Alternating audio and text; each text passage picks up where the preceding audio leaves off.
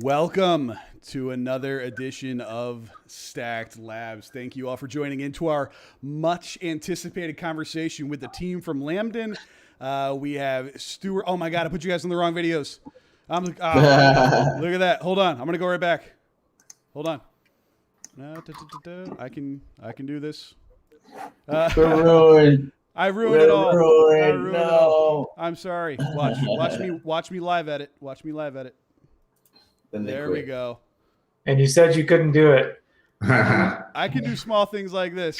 I'm sorry, gentlemen. Okay, let's try this again. We're live. Stacked Labs. I got Stuart on the left. I got Jeff on the right. S. Curry's laughing at me in the chat, so it's already a good stream. To our much anticipated conversation with the Lambden Tau team. We also have our friend Carlos or Ataxia and Adrian on the line to just make this an absolute banger. So, gentlemen, good afternoon. Hello. Good. Hello. Everyone is here. Well, good afternoon to some people. Hold on, Stuart, aren't you out west? Yeah, I mean, it's 11 here, so late morning, Later. Get in there pre-lunch. Everybody on this side is still drinking coffee, even though it's 1 or later in Adrian's case in the afternoon. So super pumped. Thank you guys for taking some time and hanging out with us this afternoon. Hey, man, thanks for having us. Absolutely. Yeah. Absolutely. So I think for the benefit of people watching now or who'll be watching later, if we could do a quick roundtable, we'll kind of do it clockwise. So we'll go Stuart, Jeff, Adrian, Ataxia. We'll do a quick introduction on kind of who you guys are, quick background, and then dive into everything. So Stuart, if you wouldn't mind kicking us off, that'd be great. Yeah, sure. So I guess I'm like the project lead of Lambden. So I essentially architect the protocol, the smart contracting, heavy development on that side. Been kind of the one guy through it all, just to kind of stick through it all to get this vision out there. And I guess I'll do what I need to do to get that done. And yeah, that's me. Awesome. Thank you. Jeff?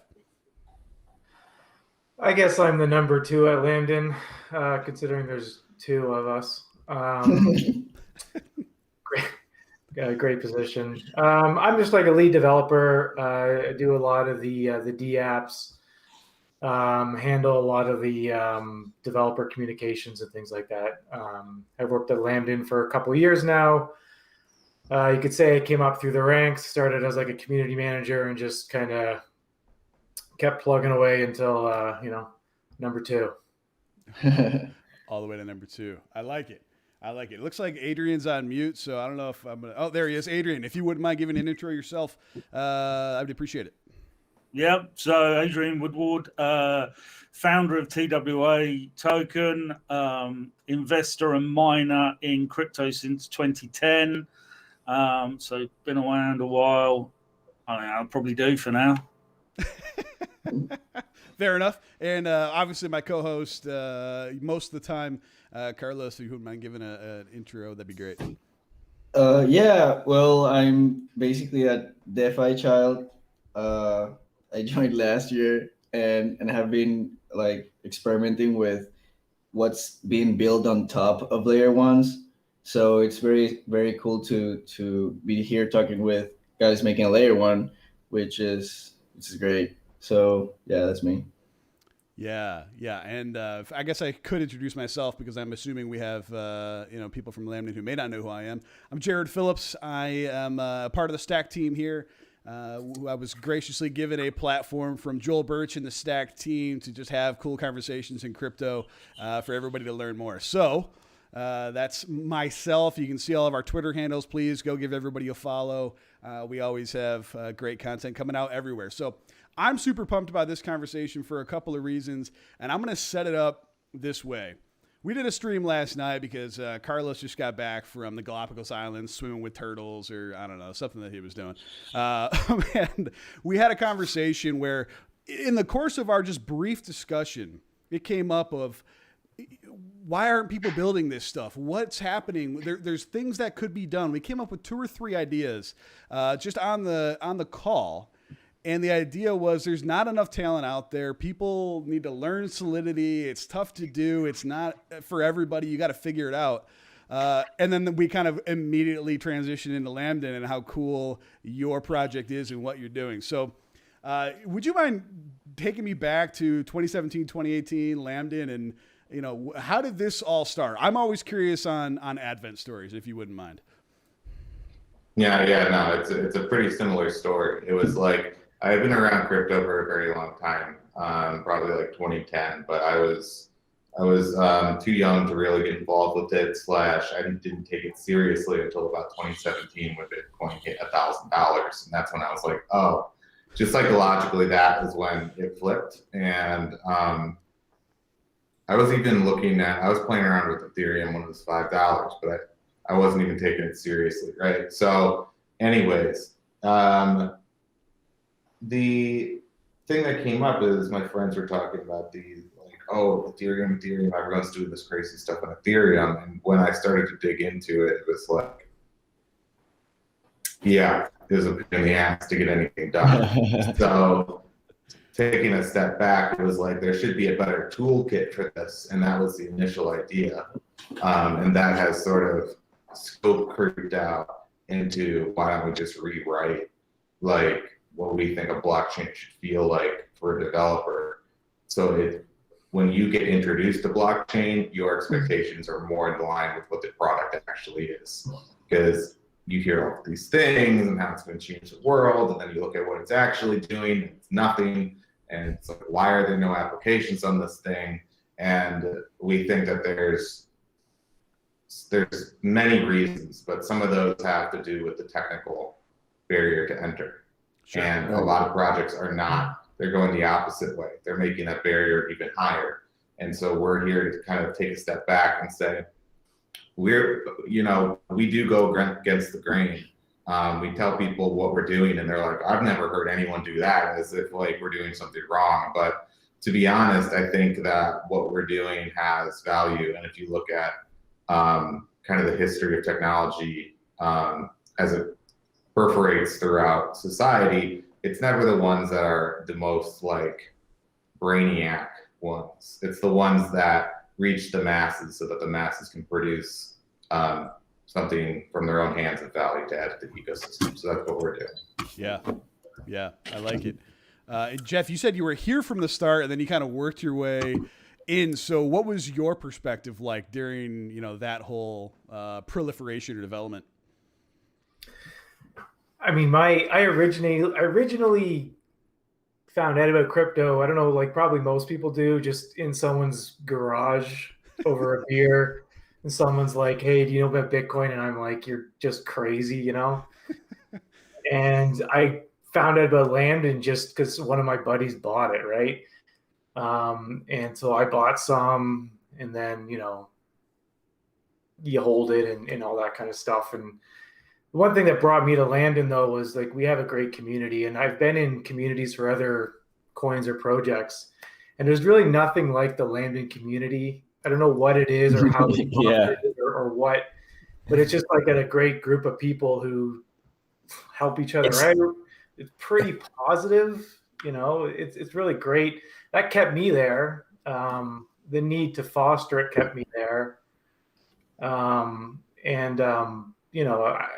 like building things on Lambden. Like I have never liked anything before. The idea of decentralization, storing data in a decentralized manner so that the user has access to their own data, it's just something we really strive for. Sure. And the developers that we work with, I find the feedback we get from them is this is easier than I thought, which when I first started developing for like Ethereum, it was the opposite. And I'm talking just fresh into blockchain. Now I'm obviously a bit better with it, but sure. I feel like their journey has been a little bit better because of Lambden than mine was with Ethereum. Right. I'm not an Ethereum hater. That was just my journey. It's true. Yeah, nothing untrue. Carlos, I know you told a funny story about getting to know the Lambden team and kind of the nerd quarter. I know it sounds like you're about to say something else. Go ahead, hop in. I find it like super interesting, and I wanted to hear Stu's perspective on how he thinks because the funny thing is that since the ICO phase, the ecosystem in general was much more barren back then, and right now we're seeing stuff like BNB being super big, and people actually thinking like interchain, and I see Lambda as this space where, like, I don't know how Stu sees it fit in this like larger narrative of many chains where you can just like hop in across like places. Yeah, that was actually one of the things that we were touching on originally, which is the idea of atomic swaps, and that was their solution. And we published that out there, and it didn't get a lot of traction. The IP is still there, so you can go and you can download it, you can repurpose it, and we hope to one day add that back in when we get some bandwidth. But that was our solution: was that you should be able to hop in and out, because the idea that one chain is going to dominate the entire world is ludicrous, just as it is Right. ludicrous that one company is going to dominate the entire market, right? Right. This is all coming from a community that's like, no, there shouldn't be a single centralized power. So to then say, yeah, everybody has to use this one thing doesn't make any sense whatsoever. Different chains are going to have different value propositions. People are going to want them for different reasons. There's trade-offs with everything. Some people aren't going to like BNB because it's centralized. They're not going to use it. Some people aren't going to care. And guess what? That's just reality. Right. Like you should have seen it coming that most people actually don't care. They care more about speed and fees, of course. That's like one of the number one laws of just economics to make a better product. So, like, yeah, you do have to hop in and out, right? It's just going to be a hodgepodge solution until something sticks, though. I think a lot of projects in this space, I think this is turning off. Okay. Anyways, it's like slowly the lights are turning off. A green. Yeah. So basically, it's the development of any technology is like iterative, because you don't know what works, and people who kind of moonshot it and they're like, in 500 years it's going to be like this. It's almost like as silly as looking at those pictures where people thought this is what the 2000s were going to be like back in the 1800s. Like, Sure. It's stupid, because there's so many there's small innovations that occur that completely topple the understanding of what we're doing. And so when people come in, this is kind of one of the problems that I have with Polkadot, is they come in and they say, this is what it's going to look like.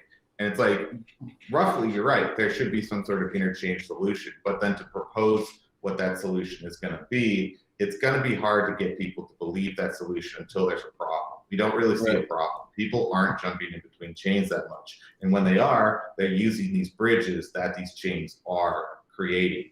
And maybe there's a problem with that bridge. I think one of the problems you could say is, what happens when there's too many bridges? Okay, yeah, then let's figure out a solution to solve that.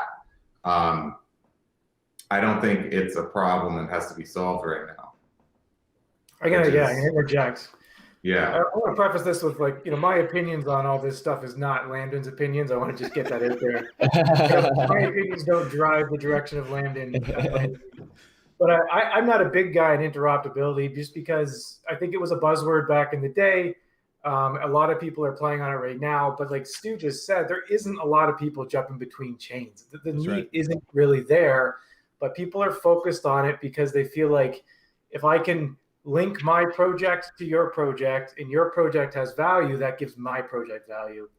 And my personal opinion is, your project should have value in itself before you start to, like, why do my users want to take their Lambda to somewhere else? Like, why do they want to take it out of my system, right? So, I think, my kids play Roblox and they play Minecraft, but they're not trying to take their Roblox into Minecraft. You know what I mean? So, so really, we need a nice ecosystem of things for people to do in Lambda, and I think that's just our primary focus, like DApps, things to use, getting developers creating things, and then interoperability will just come. Someone's going to make a great, easy to use solution. Real quick, Carlos, before you go, I gotta say that's probably one of my favorite quotes I've ever heard. That's relatable as someone with kids. Minecraft, Roblox. Like, why do we need interoperability? It's very, very funny to me. I'm going to clip that and I'm going to share it. Thank you for that. Thank you so much. Carlos, jump in. Here, Jared. But I was gonna say that for me, blockchains are a little bit. I think of them as countries in a bit, and the behavior you're seeing is like right now you could call Ethereum the United States of America because it's the most developed like country right now, but then you have these up and coming like places that people want to travel to and go to earn money. Like Jared can tell you a lot of stories of going to BNB and having a lot of money, right? And the idea is that you need the airports, right, or the bridges, or the connections between them, because even if like the idea is that you build like such an appealing trip for the person who's sending money that way, that they want to stay in Lambda. And for example, we're working on a thing on Lambda that is going to let you get a loan on stable coins. And the moment that you're invested, it starts getting sticky when you start getting like, you have to be there because your stuff is tight there. You have a vault, you have a commitment, you bought a house and you have to pay taxes or whatever. So that's how it gets like populated, right, with people. Yeah. Yeah, I agree with that, and I think that it's a balance, right? I'm assuming Jeff prefaced this with, "This is not Landon's opinion," because we're actually working on a bridge. And Jeff comes to me and he says, "Sometimes I don't see the value of a bridge so much." And not to call him out, I agree with him because I'm not the guy who was like, "We need a bridge." It was the community that said we need a bridge. So I'm fulfilling the needs of the community. And I think what Jeff is saying is true, but there's also value in the bridge to a degree, but it's a balance, right? Like our focus has been insular in the fact that, you know, people are developing stuff and it takes like 1/10 of the time to get it out on Ethereum. Right. If we focus all our time on doing that, we won't need to worry about bridges. People will want to build bridges for us, right? So it's like, which do you want to do? Do you want to be the person who's supplying all the infrastructure, hoping people come in? But that means that there's no need for them to come in to your country. You're just like, yeah, it's kind of like China builds those ghost towns, or those ghost cities, and they're like, this will be great, but there's no need right now. You mean like Cardano? Huh? Like Cardano? Why? Oh, because there's no smart contracts. All right. Hold on. I don't want to go. Okay, we're already. This is what happens. We start going on an interesting conversation. I could go like 10 steps further. Before I don't want to let Carlos get away with his analogy. He called the United States Ethereum. I want to know what he thinks Bitcoin is. Oh, yeah, that's a good question. The thing is, Bitcoin is like the United Nations. No, not even, because Bitcoin is barren, completely barren. There's nothing in there. It's super valuable, and you want to get it into the United States, but it's worthless. I mean, if Bitcoin couldn't be used in DeFi, no one would care right now. I don't know if that's necessarily true. At least in my opinion, for myself. Right. So I'm on your side where it's like I prefer the cryptocurrencies that add value to the idea of value, right? Where it's like you make an interesting program and that program is dynamic. It has much more dynamism to it. Sure. Like it's like another dimension on top of Bitcoin. But Bitcoin's very good for what it does. It's the most secure network. It's the most fairly mined network. It's the one that everybody goes to. And it's the one, to be honest, at the end of the day, when the musical chairs, when the music stops and the chairs are pulled out, everybody's going back to Bitcoin. Yep. So you can't, so it's like this entire system. And it's also that, like, let's take a step back too. Musical chairs, the chairs stop, they exit to Bitcoin, and then that Bitcoin exits into dollars, right? So what are we looking at, the micro or macro? It's like where you zoom in on a particular spot, it looks like one thing, but then when you zoom out a little bit, you see Bitcoin in relation to the overall economy, then maybe it looks a little bit like something else. Right, but a little bit I mean, I agree with you. That's the status quo right now. But I think that the thing that enables you to think of an economy where you don't need to go back into dollars is the fact that you have smart contracting platforms. Like it doesn't have to be Ethereum, but I mean, when you add, because the way I see it is this the smart contracts let you capture the value of human cooperation in a way the traditional financial system doesn't. So like we're building parts and tools that are going to let you replace like all of it. And that's like the real value prop. And the thing is that Bitcoin is just like the collateral layer, which you can conceptualize it like a infrastructure thing, but like a force of nature, like oil, right? Right.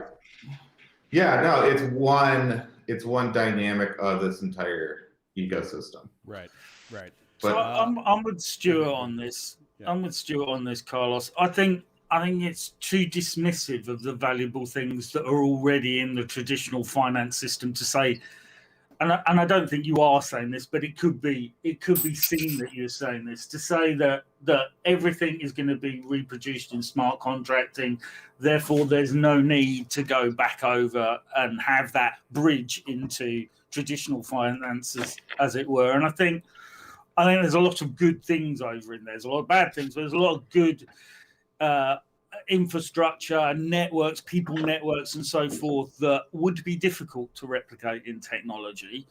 And so I think there's always going to be a need to go back over to traditional finance to some view, albeit a changed view of what traditional finance is. I like your concept of different countries. And I like what I heard Jeff say about, and Stuart say about bringing value by building things and building value into a network rather than bridging into value. I think that's incredibly important. And I think we've got, the country model is a really good one. I think we've got parallels in the technology world that prove that works. So that's what Google and Apple did for their own ecosystem. Google didn't decide to bridge into Apple when they had the march on everything. What they said is, we need to build value. We need to build our own equivalents and better into our own ecosystem. And then, as Stuart quite rightly pointed out, then those respective communities demanded bridges between those value because they both had worth, right? And I think that's what these guys are, the Lambda guys are talking about doing. And it's the right way, and it's a proven model, and having worked within Google while they were doing that, there was a clear rationale for doing it, particularly if you're not the one who's got the lead at the moment. There's a particular reasoning for doing it that way. So I think that's really smart and clever. Yeah, I think you're right. The answer is Bitcoin's the sun. Everything revolves around it. Yeah. That's where my mind was going. I was going to go like air, or, water. Sun's better because it's, hopefully ubiquitous to life. But real quick. So again, we went down like a great side conversation here. Hold on, wait. Yeah. All right, you're killing me. One last thing. This last thing. I want to talk more about Lambda, but go ahead. Okay, yeah. We are, right? You're getting the, our philosophy as talking about. Fair enough. I love it. So what Adrian's saying, that is true 1,000%, because what Google did is the same thing that what back in the 50s, all these transportation guys did, that back in the 1900s, all these oil guys did, that back in the 1850s, all these gold guys did. It's the same playbook, and it's just progress, right? And it's actually it's just how technology diffuses across an ecosystem. And if you figure out those patterns and those macro structures, you can then plot your little stake, right? And you say, all right, I'm going to stake up here, and this is what I'm going to do. And it's a proven method. And what we see in crypto is a detachment of that. And I think that it who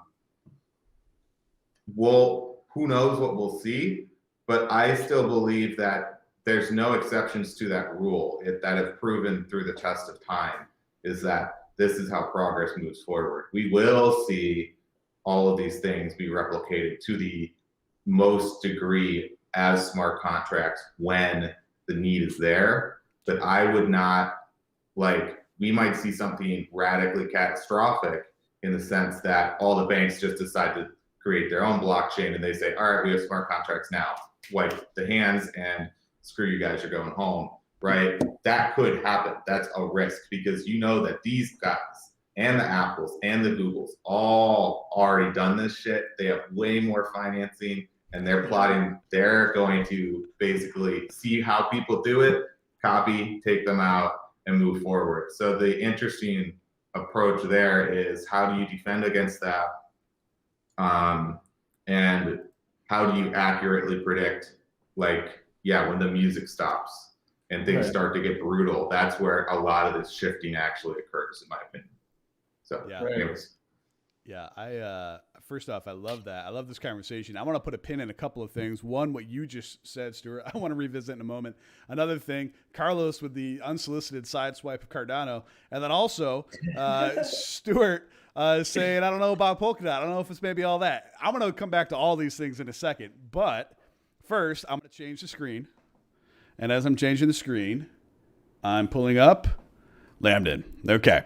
So you guys will see it transition in a second here. We got our 3 live videos on the left. We got Carlos's information top left. We got Adrian's information top right. So the role I usually play in this carnival of a stream that we do is I bring in a lot of smart people, and you guys talked about, Joe Every Person and how are you going to use this stuff and what's a transition look like? And you touched on a few things that really hit home to me because I was an early adapter to Binance Smart Chain very early in late summer, like pretty much when it came out. You want to know why? Because it was cheap and it was fast. And there was stuff on there for me to try out. And so I did that. I don't have a huge tech background, but it was easy to do. I was watching a video on your website, which I thought was hilarious. I was like, your grandma's going to be writing dApps on Lambda. And it's like, oh my God, yeah. Okay, now I'm starting to understand and get it a little bit because it becomes a little bit easier to move the ball forward. So pulled up the website, Blockchain for Humans. I love it. Let's talk more about this, like Python-based blockchain and what can be done. And the point that you made initially about if you build value, people will come to you. What's the path for Lambda and continuing and progressing that forward? Cool. I guess I'll start, and then Jeff, if you want to poke in, just let me know. But the main thing is that, it's just basically what we were just talking about. Apple did the same thing. They took the concept of a personal computer, and you had all these eggheads who were like doing all these crazy things at the micro level and saying all these things about how it's going to change society and how we weren't going to have to work because computers are going to automate everything for us. Right. Guess what? That didn't happen, right? And Apple came in and said, it's not about that. It's about how do you get this computer into everyone's hands so that they can add value and make value out of it. And that's what we're trying to do. So that's why we chose Python. You look at Python, it's like it's the fastest growing language. It's really easy to use. It has none of the gotchas. It's untyped. Why not, right? Yeah. But if you go to someone who's super Polkadot or Ethereum maximalists, they're going to say, well, that's technically not a proprietary virtual machine. And so a proprietary virtual machine, blah, blah, blah, blah, blah, blah, blah, blah, blah. Doesn't matter though. That does not matter.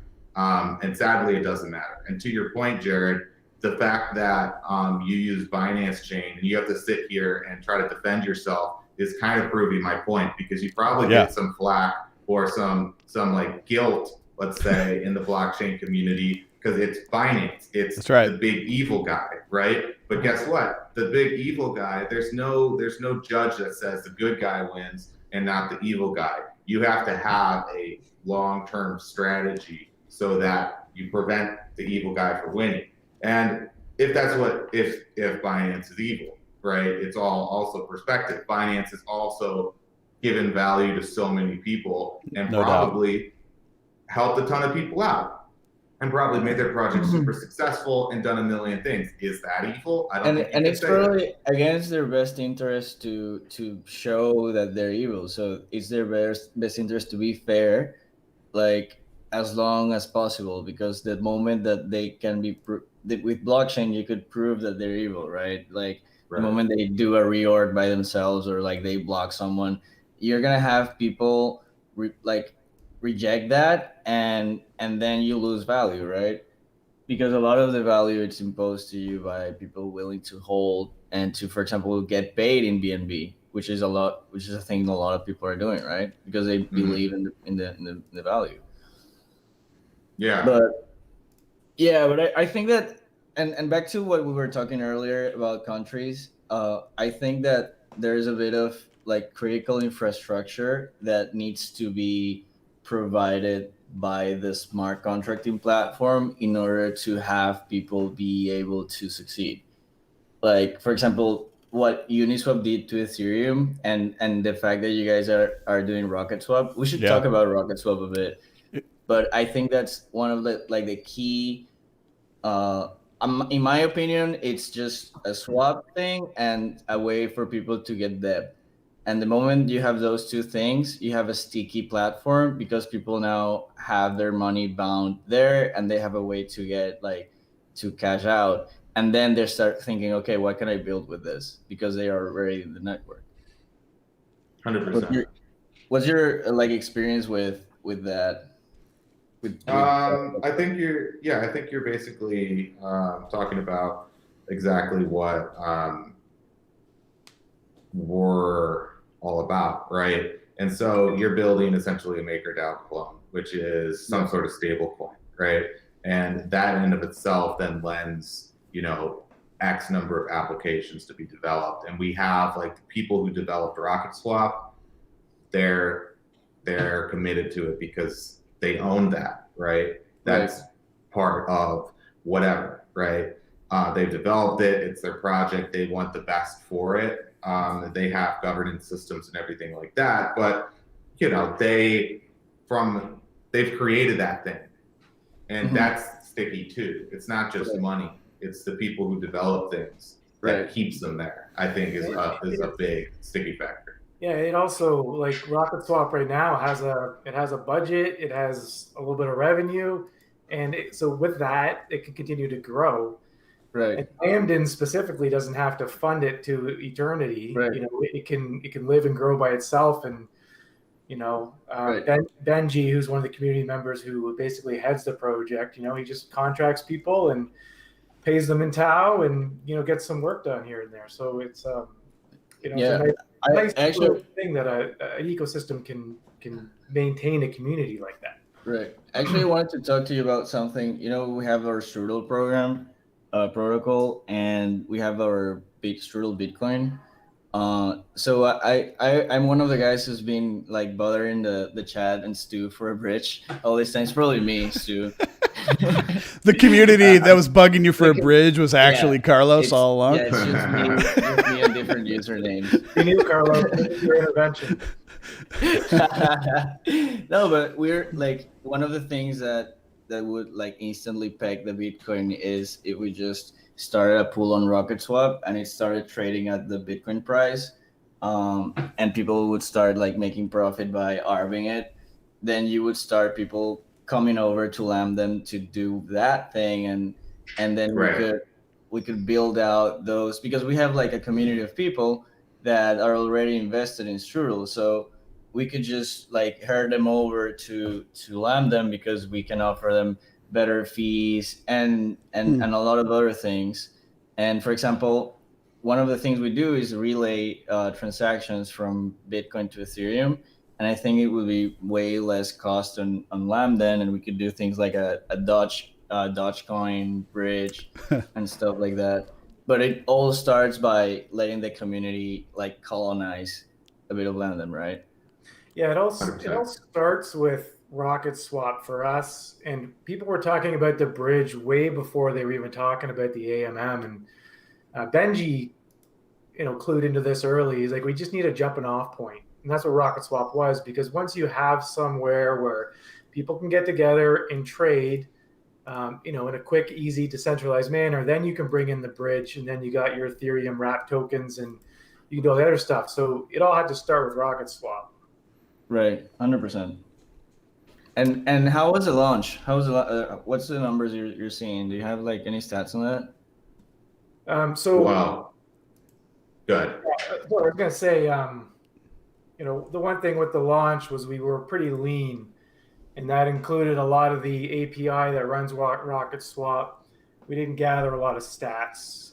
So Benji's currently got an update coming to Rocket Swap that's going to let us have more information. But the one metric we do have is the locked value, which I think last time I checked, which was a couple weeks ago, was something like 60 million Tau is locked up in Rocket Swap right now. That's pretty cool. It was only a little bit over 100 million that was actually swapped over to mainnet. So it's quite a bit of user Engagement. supply locked up right now. Right. And that's one Yeah. app, right? Yeah. And those apps and Rocket Swap is because one of the things Lambda is different than Ethereum is that they have a different fee scheme, and the owner or the maker of this of the contract is getting fees from the swaps, right? Yes, 100%. Okay. Well, no, they're not getting 100%, but you're 100% correct. They get 90%. Okay, hold on. So But, this yeah. is where Jared Joe Everyman comes in and goes, I have no idea how developers get paid. How is that different? Why is that different? It seems like if I am a developer, that's interesting to me. But like, Yeah. can someone juxtapose what happens on Ethereum versus Lambda for me as someone who doesn't know? Yeah, I mean, when you pay a transaction fee, that gets included in the block. You pay for gas, right? And so when you have high gas, that's how the miners prioritize, because it's more profitable for them to include the higher gas price because that person's paying more to mine the transaction, right? Sure. So it's pretty simple equation. The money goes from the transaction sender to the block miner. So that's it. That's the equation. Got And it. that has not been really remixed at all. A little bit so on like proof of stake systems, but we were like, okay, well, at the end of every block, we just take all the fees and then we divide it up into different parties. So one of those parties are the master nodes, one's the delegates, one is the contract developer. And I believe there's two others. There's burn and then foundation. And those are all votable parameters. So burn is like destroyed. Yep. Foundation is for the Lambda team or whoever is providing development has some way to maintain the protocol moving forward. Sure. And they're all votable. So like if people say we want the developers to have more than everybody else, or you start to see that then the nodes are like, well, what the hell? We are not getting fairly compensated. We want some compensation. It balances itself out. The developers get 90% of those fees right now. And that's so that you come in as a developer and you say, well, this is awesome because I have an incentive to now go and spread this application all over the place Sure. and get users. And then when you get users, Lambda gets users. So it's like an exponential network. And that's, I think sometimes people talk about network effects. This is kind of like that, but it's the idea that every person that we convince to build something on Lambda brings X number of users that all need Lambda wallets. They all need a little bit of Lambda Tau. And then the person that has put in the time to develop that application is getting some sort of incentive to maintain that and to keep on promoting their application. One of those users is probably going to be a developer. They get introduced, and then it keeps on building out. So Interesting. question, Stuart. Yep. Go ahead. Yeah. Sorry. So if somebody's already got a Solidity applications, is there a compiler to be able to port across easily and also to change some of those, to add some of those variables and fields that you just talked about to an existing Solidity application? Is there an easy Like- transition for Like a translator. Well, yeah, Yeah. translator, stroke compiler. I don't know what language we want to use. I think Stuart's nodding, so he gets the concept of what I'm asking.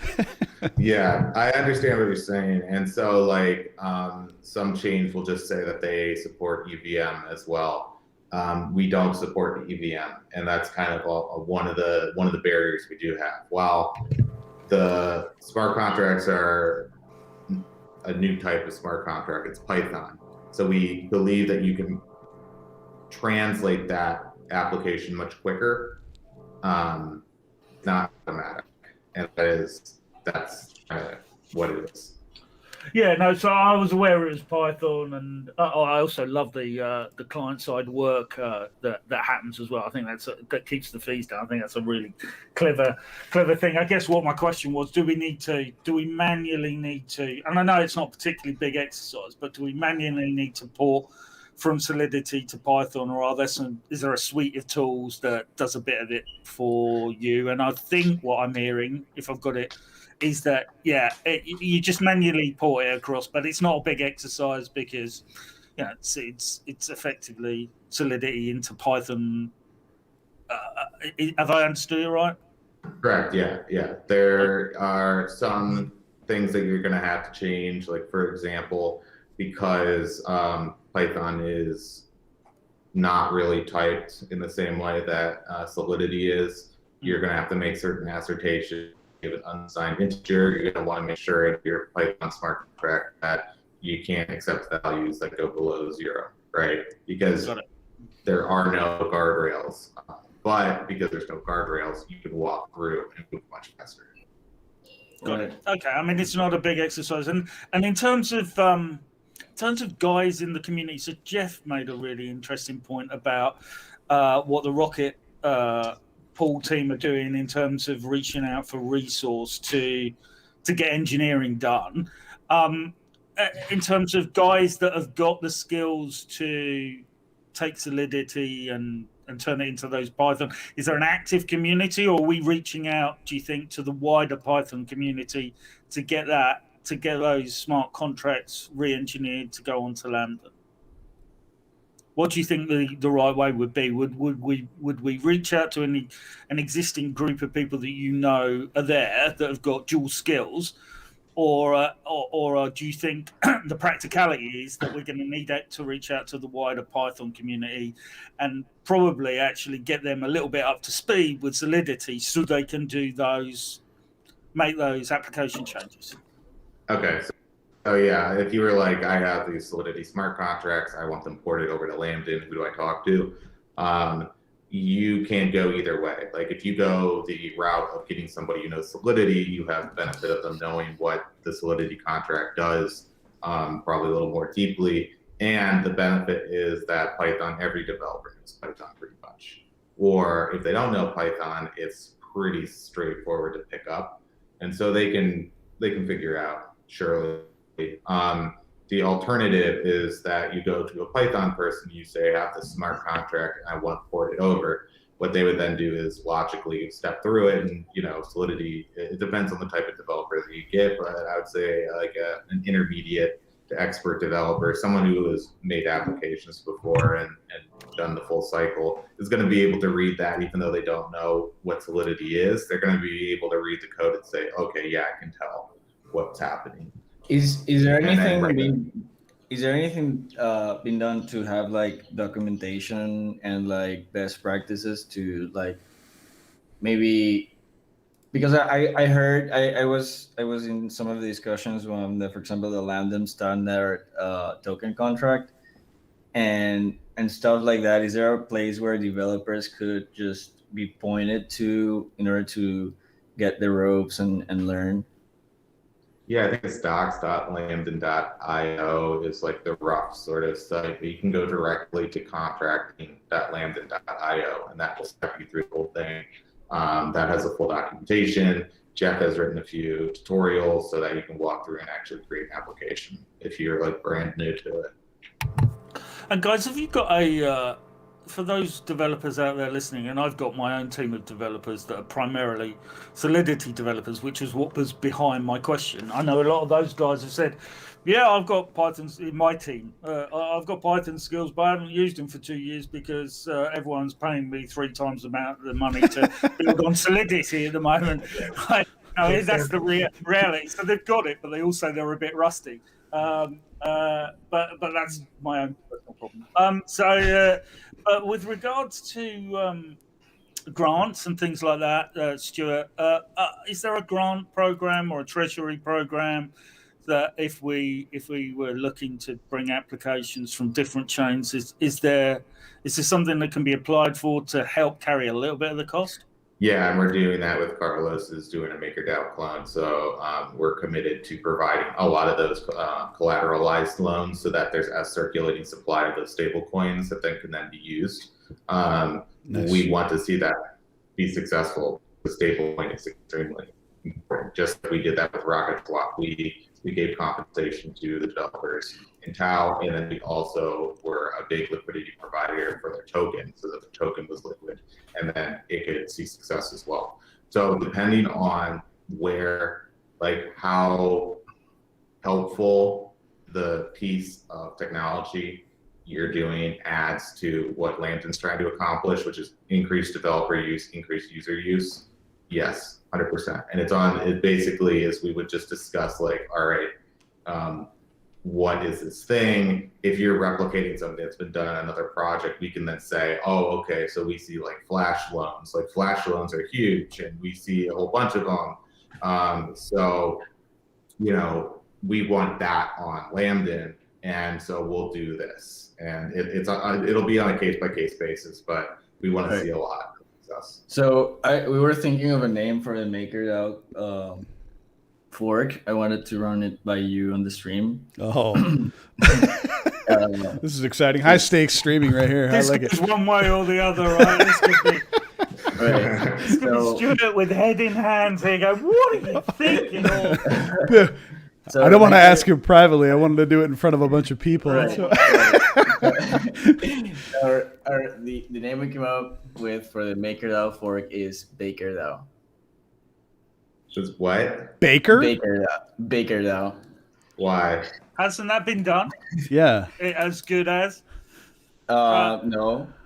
Well, I think there's Hold other on. Baker Dude, type. There's projects. we're talking about like Baker, right? Yeah. Baker DAO. Yeah. That's what you're Yeah. saying. Yeah. I don't know, man. That's a little soft. similar. I think that's a bit similar to other projects. I think you can do better. Yeah. you All can- right, we'll keep trying. Well, I guess we didn't. Adrian and I shit all over it, but we were calling it stablecoin doll. stablecoin Interesting. dough. I'm not All actually a right. stakeholder in this at all yet, and I'm just trying to make a decision. So maybe I should shut up. All right. Hold on. We shit all over it before Stuart or Jeff said anything, so I'm sorry. Stuart, Jeff, what do you think? I think that I see it's interesting. I'm not sure why you use a B. Yeah. Maybe massage it a little bit. Maybe get a few There you go. more Okay. things done, I like it. Beautifully Well- diplomatic. Expertly done. Not your first time. Jeff's in your corner. I don't know. I mean, that's see. There you go. Picture like a baker's hat and some cartoony nonsense, and it's fun. Like a lot of the stuff on Lambda is just fun, and it just becomes this fun thing, and I think that's cool. Speaking Yeah, of, Jeff, you're only number 2, so Might I'm be kidding. nothing, I'm you're right. kidding. when Stuart's got at least 51%, I'm not sure it matters. No. But speaking of fun, like I was messing around in the dApps, and I changed to the developer page on Lambda because I think it's really cool. Build what's next, and it's got some cool stuff in the background. To your point, Jeff, you mentioned building on things that are fun. I can see a fun way to do that. One, this is really cool, but I want to move over to Pixel Whale because I know that's been relatively new, and I mean it's not even officially released yet, but it's new in development. I was clicking through the page a little bit. Can you talk me through this a bit? Yeah, sure. So this is, I would say, our foray into some kind of NFT on Lambda. What this site essentially is a marketplace where you can create a pixel animation and list it immediately, and you can also come here and buy them. So you attach it to the Lambda wallet. It gives you a Pixel Whale account, and you load it up with some Tau, and away you go. So the barrier to entry is really small and quick. So you're in here, you can play around.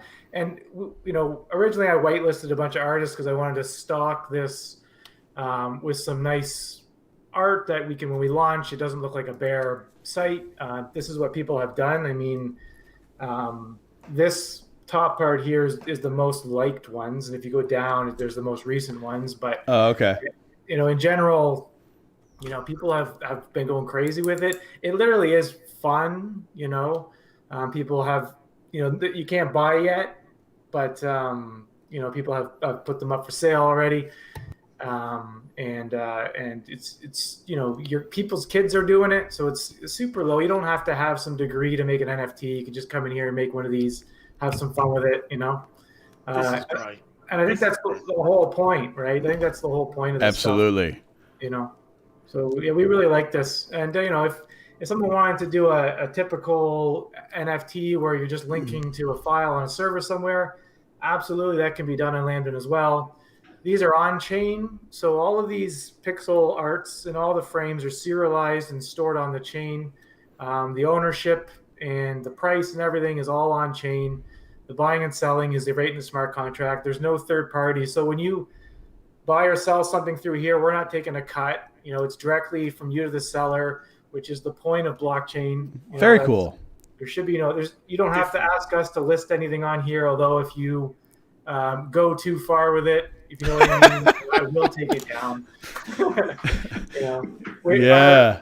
Our TTD is still going on, so that's the good news. There's some, this is cool. I mean, I saw PSG in here. You got CryptoPunks. I mean, and this is just the community building, right? People just, it's open now to everyone to make stuff, with the caveat that I'm going to be a little choosy with what people make just until launch. But anything I take down, I will put back up after launch, assuming it's not offensive. Makes sense. Or anything relating to Baker Dow, of course. Yeah, just anything related to Baker Dow needs to be removed immediately. I want to preface this. I'm definitely doing a Baker Dow one, but I want to preface this with I can't take anything off the blockchain, so I'm not removing anything from the blockchain. That's not possible, but I can take it down off the site. So yeah. Very good. For a moment there, I was slipping into my Nam flashback for being hazed for being on what we call CDeFi, which is Binance Smart Chain, where it's central, but it's not really. But I see what you're saying. Just the website, what you're going to display is not take the R-rated stuff elsewhere, is what you're saying. Yeah, people have suggested we do a not suitable for work like flag. Oh, okay. But, I think that stuff's fun too. I Yeah. just don't want to do obviously hateful stuff. I agree. Now, this is cool stuff. I mean, like the Mario, the actual animation on here. And what I like about it is your point. If people's kids are doing it, if you can get on and make it fun, adoption, and I don't know, maybe I'm speaking out of turn here. Can we all agree that adoption is our biggest issue, not just for Lambda, but just the whole crypto space? Like, get people interested in having fun, and that leads to discovery, right? Yeah, 100%. Yeah. I love it.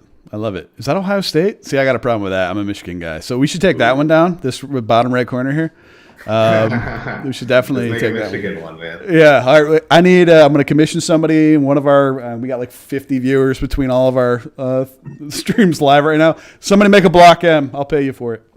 And we'll put it on there. So no, this is really cool. So we got Lambda for developers. Obviously, games can be a huge part of this. And it sounds like I was clicking through like the zombie game earlier. I was like, this is sweet. Like I would definitely mess around with this. I just don't know much about it. So what do you see happening next? Obviously, we had mainnet launch. We got the AMM now. We got not Baker DAO coming soon. What's what's coming up in the near future?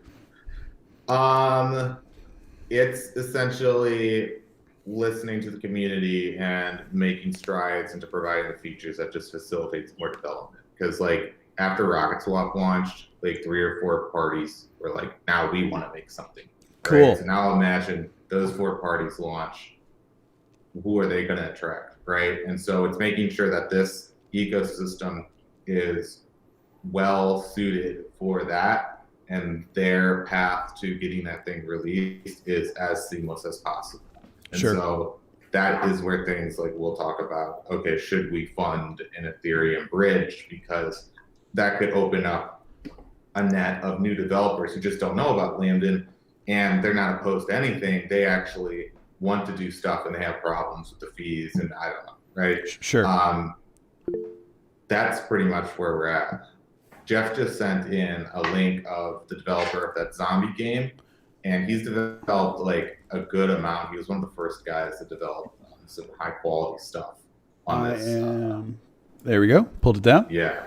So this is his current project, and it's an RPG, and it's all on chain. And he hired artists, voice actors, all sorts of crazy stuff. Ooh. Jeff and I both bought loot boxes, so we got to have our own characters, I believe, in the game. So there is a Jeff and Stu character, right, That's, Jeff? oh wait, hold on. Can I go to characters? Is it going to show me? Raindrop. So I think I don't know, Stu, is your character in the game? Mine's season 2, so I have yet to design anything. I didn't know there were seasons, but Yeah. my character is designed. Yeah, Okay. yeah. I This- guess I won't say anything and try to get people to guess. Well, it's pretty sick, and I think it's launching Yeah. fairly soon in the next couple of weeks. But I wanted to make sure that we got this guy out. The guy who made this was really early into the development of Lambden. He jumped on board. He made a bunch of really small things that were really fun, and then he just went all in on this. And this is amazing, honestly. There's NFTs, like all the characters are NFTs, and it's just crazy. Yeah, and Very impressive. Really good stuff. Sorry, I'm just looking like I really dig the art and how it's laid out. oh yeah, this guy didn't know what a blockchain was like last September. So the fact that he was a web developer, right? And Okay. So the fact that he comes and makes this like absolutely nuts stuff, like people were playing his stuff so much when it first came out, and it was like our perfect case study of like validation of what we're doing. We're like, oh, this is exactly the guy who we want. He's just some developer somewhere in the world who introduced the technology and made something of value, and now has a feedback loop where he has value coming back to him. That's Sure. what we want. We want to like It's bring perfect people up case to it. study. Perfect. Yeah, exactly. Do you? I mean, this is kind of. I don't mean to. I'm not trying to dox this guy, and we can talk about this afterward. I would love to interview him and talk to him and say, "What was your experience like?" Because it's like a follow up. Because I'm seeing questions in the chat from designer related people, and I'll relay them in a second here. But it sounds like having someone talk about their experience and learning might be an interesting case. Even if you don't do it through me, do it yourself. I would still like to see it and hear about it because it's kind of a cool, like, hey, how quickly can you spin this stuff up? Yeah, I know he's from South America, so I know English is his second language. So Gotcha. maybe if we can have a Spanish person, maybe. Do we have any of those here, Carlos? I don't know, Yeah. Carlos. Yeah. You're in Ecuador. You better speak Spanish, I would assume. Yeah. Yeah, Uh, I wanted to presume, but maybe there's some way there. I don't know. I also want to ask him these questions, and I think sometimes you get responses, but it's much easier when you're talking to someone in their native language. I think. Yeah. Is this live now? Is this live? No. Burning Soul Yeah. pre-sale. It's in development. It's in development. Okay. Like I said, I Yeah. think he's looking for the end of this month to launch. I don't want to put timelines on him, but I know it's soon. Amazing. Soon. He's been in development for 4, 5, 6 months now, so it's not a new thing. Real Yeah. value right there. Yeah, I love it. I was just going to say that this feels right up Carlos's alley, and obviously it sounds like Adrian's as well. Yeah. This is- Yeah, 100%. Absolutely.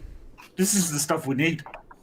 Yeah. Yeah, and just to kind of touch on the international aspect, that's also a huge thing because, like, when you're in, a rich Western country, the opportunities are there. When you're not, you're either figuring out how to get an opportunity in your country or trying to get an opportunity outside your country, or maybe we can offer something. So I don't even know, like, if there's a potential to even reach out to these Southern American countries, try to get developers there, right? I mean, Yeah.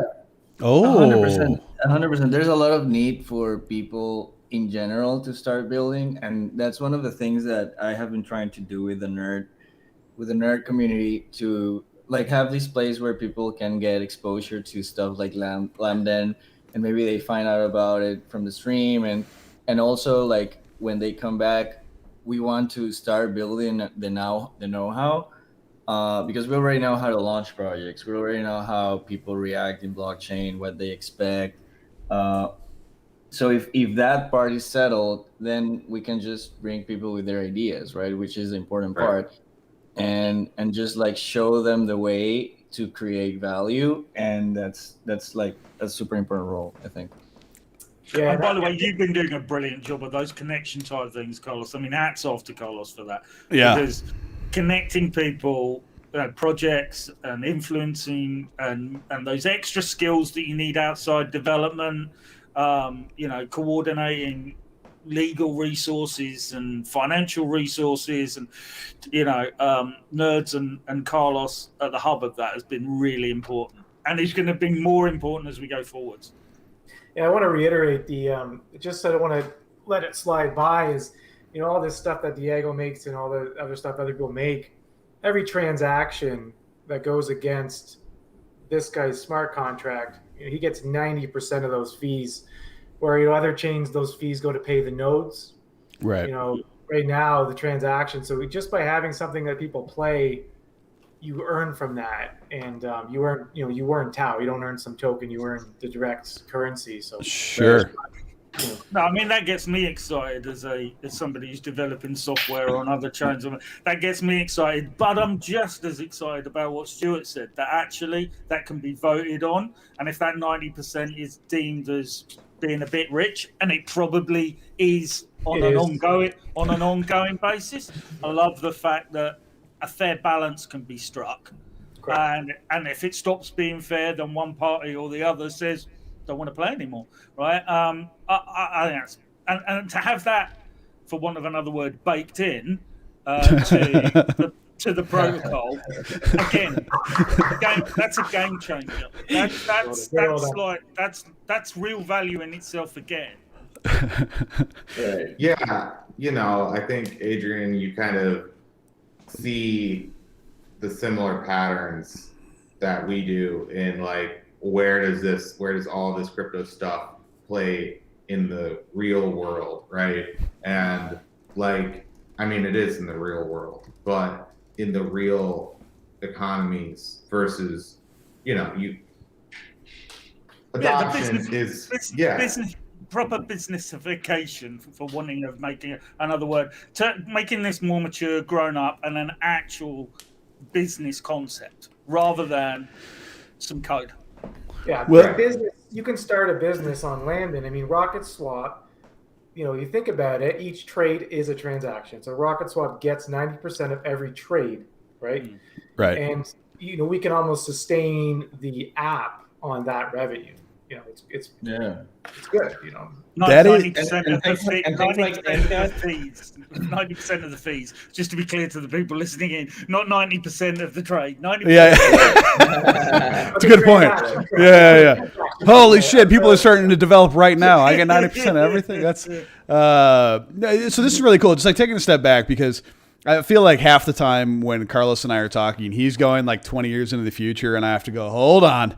We're not going to start, creating online nations, and we need, like, that's all. But I see where he's going. And quite frankly, Lambda sounds like the easiest way to actually achieve that reality, because what you just said, somebody in Southern America where they don't have the opportunity, but they have these skills, but the market isn't there. How hard would it be for that person to actually gain access to North American or just Western economy to deploy their talents? It'd be nearly impossible in the current system as it's set up right now. So to say, yeah, build whatever you like. You have these skills, but the economy isn't there. How about we bring the economy to you? Just do what you do. That is, it gives me chills thinking about it. Yeah. That's the promise in blockchain in general, but the fact that Lambda is like so low barrier of entry makes it way easier. And again, back to the interchain conversation we had, it's super important that there's these different tiers and like, for example, now, I mean, in the end, you really want this place where the multi-billion-dollar transactions are happening, so that your chain doesn't have to be that one, right? Because then you have different characteristics on it, and then you can have stuff like games with like super high throughput because it's not expensive to get into the block. But then maybe you want to go back and get a loan at Aave, and that's fair, and that's being part of the interchain when you're filling different roles in different places. Yeah, I think the patterns of the idea that these things are starting to amass something, right? And then there's barriers in which that they exist is like a country. You could call it a country, you could call it a company, you could call it, I don't know, a tribe, I don't know, a culture. Sure. Yeah. But that's true. How it's going to play out, I think we don't know yet, because it could be bridges. We've heard about Lightning, and Lightning had like cross atomic swaps, and that hasn't become a thing. We know about like Wrapped is kind of what it is right now, but Wrapped Bitcoin, for example, is essentially just I think it's just a trust between a certain amount of exchanges. Trusted. Yeah. Yeah. We don't know how it'll look, but I think your mind's in the right place where it's like this need is going to arise, though. And I don't know that we need to predict it, but we need to be in a position to, we're too far away to see what it is. But once it gets a little fuzz, like more clear, we want to be in the right place to be like, yeah, we have all the infrastructure to go and deploy that thing like tomorrow. Yeah. You know? I like it. So going back a step back, obviously I did a lot of research on Lambden, and I like what I've seen so far. I do not have a Lambden wallet, and I always like to ask this question because even though I was an early adapter to Binance, it was a bit of a pain in the ass, right? Like it was, all right, I got to add to MetaMask. How do I get money through? I can only go through Binance. What are the ways, like we got people watching who probably don't know anything about you guys. If I wanted to set up a Lambden wallet and try this out, is it all pretty straightforward, just like anything else? Can you kind of walk me through onboarding? Sure. So it's what it is now is it's similar to MetaMask in the way it functions. Mm-hmm. It is a Chrome extension. Only currently works and tested in Chrome or Chromium browsers. Okay. I wouldn't venture to say it works in Microsoft's new Chromium browser, but in general, Chrome, I think it works really good in Brave as well. Okay. In any event, yeah, you just install the extension, and then if you visit any of the dApps, they initiate the connection for you. Okay. We structure it a little bit differently, and this catches people off guard. In MetaMask, you have one account, and you connect all the different dApps to the one account. Yep.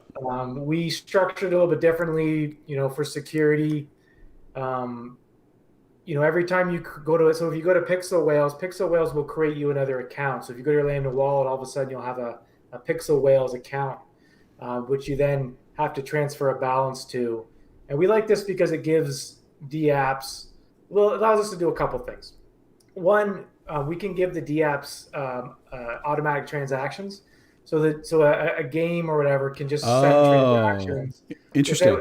Without us having to worry about them spending all of your money or doing weird things with your money. So you fund an app to the amount you trust it, right? Sure.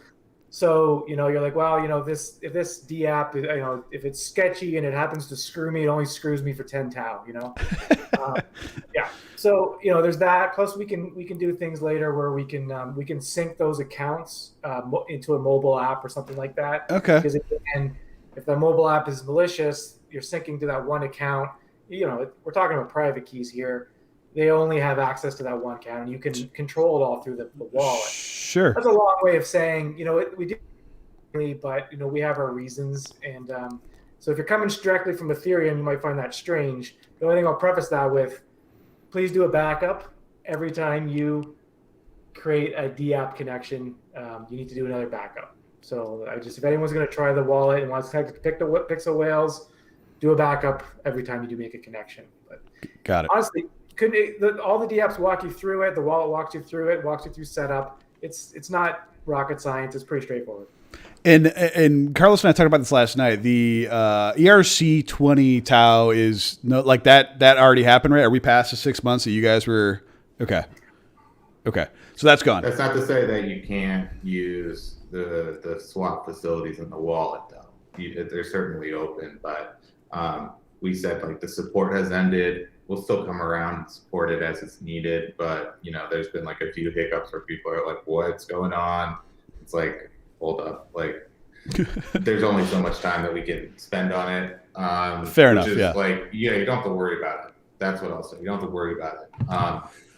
It'll be resolved. But So if I want to buy the native token, where do I buy the native token now then? So there's no ERC20 token, so I'm not going off to Uniswap to go and get it. That's what I think I just heard. Is that right? So I need to buy the native token to get involved, right? sure. So I mean, So where we listed? Where would I go off to? this is where, like me, I'm always like, I don't talk about stuff. What I would say is that if you look at Lambda and you'd say, all right, what places support some sort of transaction? There's a small one called txbit.io that has basically some sort of immature market. And that could be something that you look at and decide if you want to get involved with Lambda. That's all I can really say there. Got it. That is In terms of, so just to understand, there's a link we've got where we could go and purchase the token. Have I understood that right? Yeah, I would ask in the community for that. yeah. Okay. So I would say Or- that also if you're looking to buy a sizable sum, you can OTC with us. We'll sell you them. There might be some people in the community who are looking to OTC as well. But in general, there's a market on txbit.io. Like Stu said, it's fledgling, pretty low liquidity, but it doesn't mean it can't be at some point higher, and it doesn't mean we're not looking at other things as well. And there's and if somebody wanted to add liquidity to that to help the experience for everybody, Please do. is that is that possible there? I can't Yeah, see. no, It's it's just an possible. exchange. Yeah, it's just an exchange. Okay. I would say that it's just, because the A new project's one so on there. early. Mhm. Yeah. Sorry, Stuart, go on. Oh, it's just,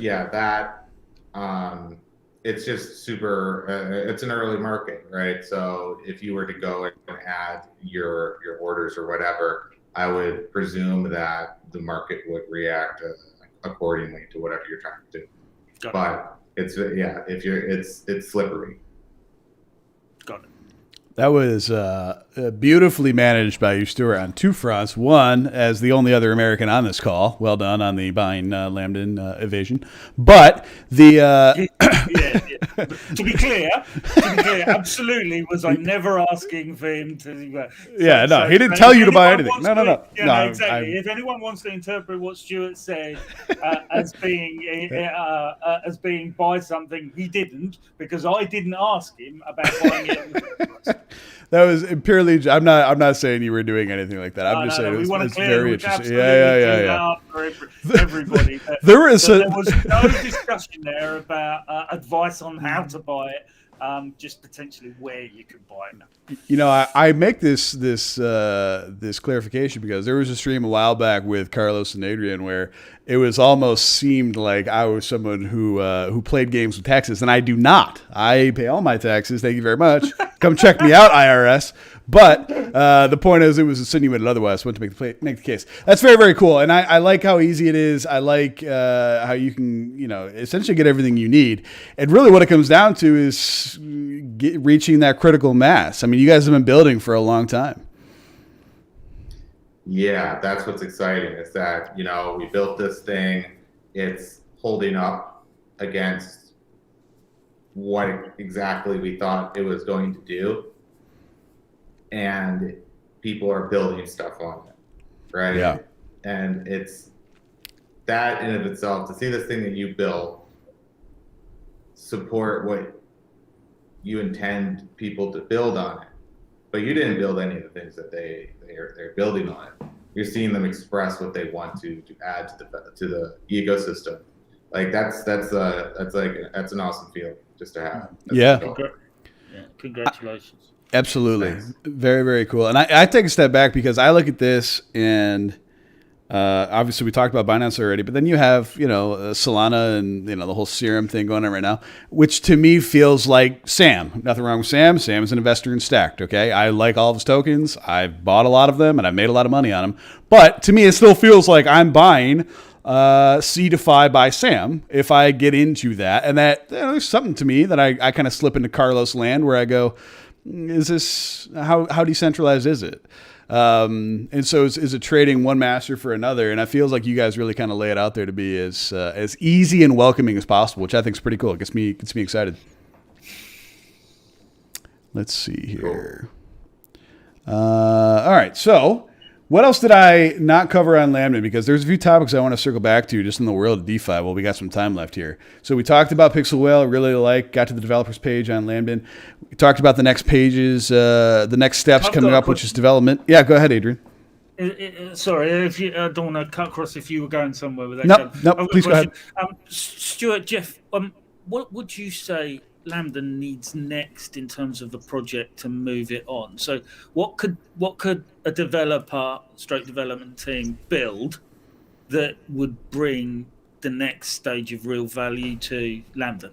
So I'll take this briefly, Stu, and if you want to jump in, but what Lambda actually needs now, which is what we were hoping to, there was a point we were hoping to already be at, but we need more decentralization. We just need to push the network, have it more decentralized, get the nodes in people's hands and stuff like that. And we're currently working on a new node structure to make that happen and really realize the decentralized dream. That's what we're focused on from a Lambda company day to day is that goal. There's some other stuff we're having developed, like the bridge, whatever, but like internally, we're focused mainly on getting it decentralized. That's a big focus. So Jeff, what are the requirements to run a node then from a technical? Oh, sorry. There's a delay on the feed, by the way, so I don't know whether. So what are the technicals? So in terms of cloud hardware or a laptop or whatever, what would people need? And then in terms of ownership for tokens, for bonding of any kind or whatever else there might be, what else do they need so they could run a node? How would somebody run a node? Yeah, it's probably a little bit to be determined right now. Obviously we want the lowest barrier of entry possible. If you could run a node off a Raspberry Pi in your bedroom, we want that. But that technical requirement comes later once we can figure out, once we have sort of a more final solution, that technical requirement comes. But ideally, anyone can run one. Now, see, we have a governance structure that means that people have to be voted in to be nodes. But we want as many of those people as the network can handle. So you first got to run the hardware, install the software, then get voted in. And once you get voted in, you can then participate in the network. But that would be the general things. I'll let Stu fill in any holes. Yeah, that's correct. So basically, we have like a master node delegate governance system, and it has like a back forth sort of pump, like a heart when it's doing transactions. And what we're working on now is to almost reduce that so that it's just kind of a stream event, and that would give us the ability to add 10,000 nodes, 20,000 nodes, no problem. And the way that we're doing that is with an interesting technology called Hypercore. And it's this fledgling software that looks really, really promising when it comes to decentralization of technology, just in general. And as it stands right now, you need to stake like 50,000 tau, I believe, to become a delegate or a master node, and then you need to be elected by your cohorts, and then you need to run I always say if you look at the requirements for a $40 virtual machine online, like $40 a month, and you look at the specs, that's going to run a node for you. So that could be a physical machine or something else. Yeah. Kind of like Jeff said, want to get those requirements down, and we want to increase the number of nodes exponentially.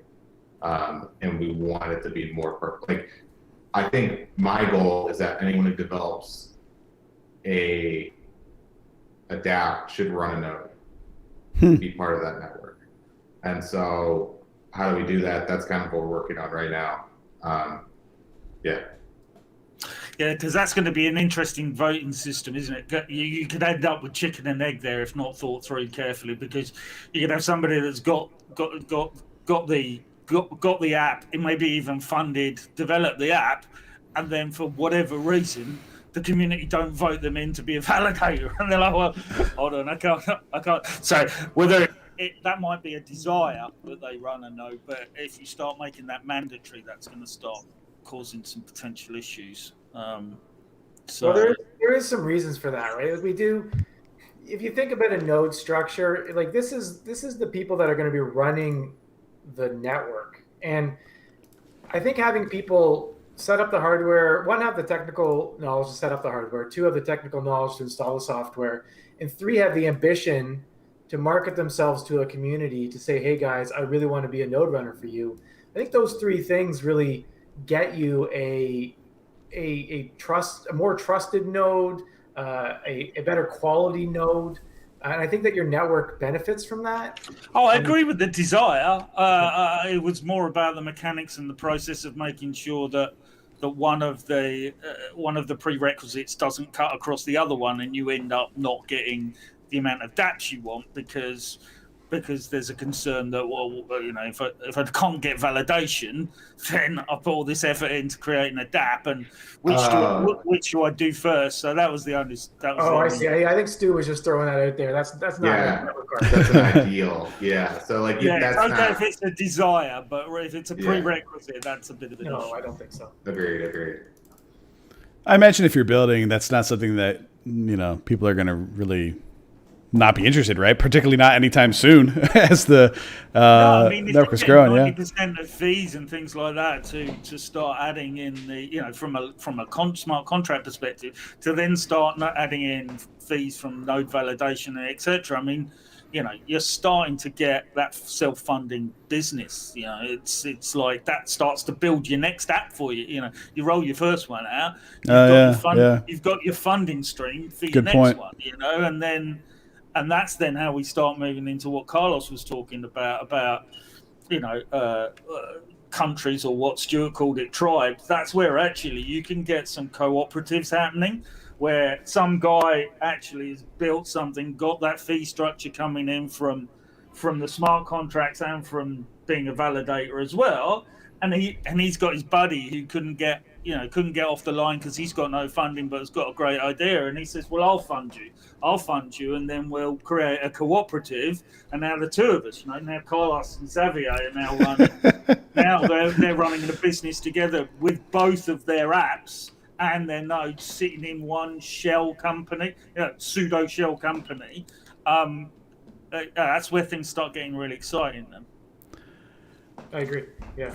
Very rarely you get to hear somebody work through the process of how they're going to invest quite like Adrian did live just now. You know, that's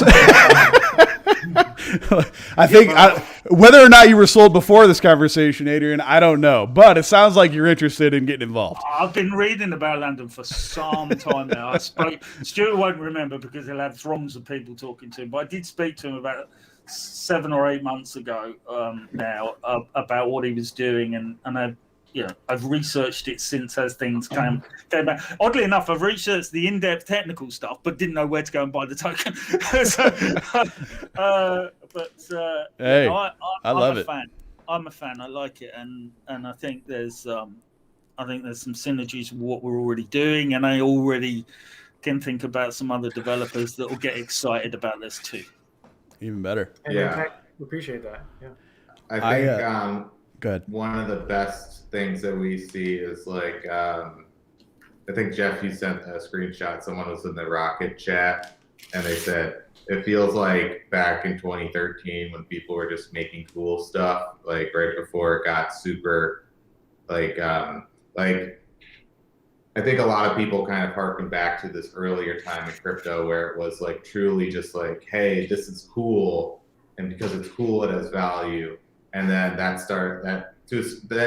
flipped on itself, where it's like you need to go and do all these things and do all this crazy stuff and like, pay this much to get these people to do this thing. And then it's like, what the hell are we doing anymore? And we're just kind of trying to take it back. So for an OG to be excited about what we're talking about, that's cool.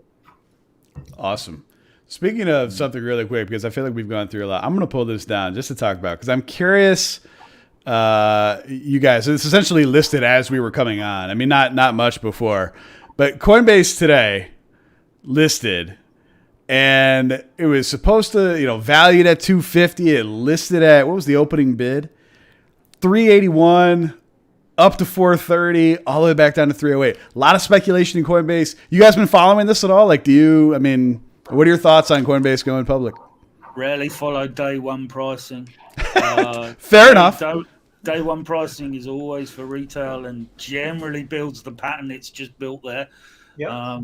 So not particularly following it from a price perspective, but from what it's doing for everything else and the traction that it's getting and the interest that brings the adoption that we were all just talking about, I'm watching those vibes and measures more than particularly the price. I'm interested in what conversations, other conversations it's sparking rather than the IPO conversation. The speculation. Itself. Well, I mean, high price obviously begets conversation, but Stuart, I see you nodding your head. So, like, not just necessarily the price, but what are your thoughts on this whole thing?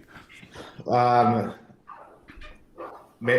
walk down Trippy Lane for a second. Sure. All right, cool. So SPACs are a massive, crazy thing that's happening right now. And it almost feels similar to like the crypto gold rush, where it's like, instead of an IPO and going through that, we're going to get direct listed. Now that when people were doing that, like when Spotify did it, it was seen as a noble thing because it's like, oh, they're not issuing new shares. They're just, so the float is blah, blah, blah. Right. But the SPAC is almost like a cheat code to get on the stock exchange ASAP. Right. And what scares me is that why are so many companies doing it and why is so much money getting pumped into it? And what does that have to do with the Federal Reserve printing so much money? And investors are just keep on talking about like, well, where do we put our money now? Like, is there anywhere to hide? It's like, why are people talking about this on CNBC? Why are they talking about the fact that, well, where do we put our money to get returns? Because there's no, like, that all is kind of alarming to me. And it gets into this like super cycle idea of like every 75 years, there's a super cycle in society. And I'll send it to you. I think it's called like the Strauss cycle or something. Cool. Ray Dalio talks about this too. And Sure. He's big into like what's happening right now, and he'll say similar stuff. So he's talking about the same thing. But there's generations in at least I think American society and probably around the world as it pertains to what's happening. So those 4 cycles go through hero cycle, enlightenment, unravel, and crisis. So the last hero cycle was right after the Great Depression, the crisis. The last crisis was the Great Depression, and the hero cycle was post-World War II. Sure. And then enlightenment was the 60s, the 70s, the unravel was the 80s, and the Reaganomics and the fiat and everything sort of started to consolidate once again. And we're in a crisis right now, the 2008. We're seeing populism. You're seeing a lot of people upset. You're seeing a lot more revolution.